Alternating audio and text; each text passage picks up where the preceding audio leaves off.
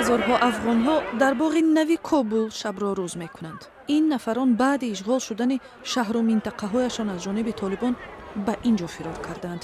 бархе аз онҳо дар бораи рафтори толибон қиссаҳои даҳшатнок нақл мекунанд. ما را به زور تفنگ کشید، بچهای ما را کشت، دخترهای ما را به زور نکاح کرد. می بردن در خانه 3-4 دختر از نارین بردن در خود نکاح کردن. ما مجبور شدیم که خدا کشیدیم. аксари бошандагони боғи Кобул занону кӯдакон мебошанд. онҳо аз оддитарин чизҳо маҳрум ҳастанд.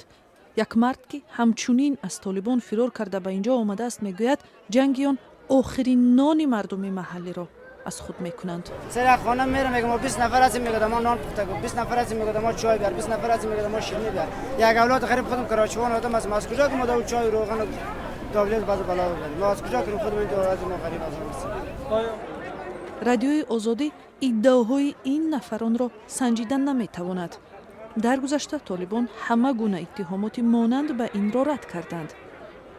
با حساب‌های تخمینی حکومت افغانستان در پی اشغالگری‌های طالبان 35,000 نفر مکان‌های زیستی خود را ترک کردند.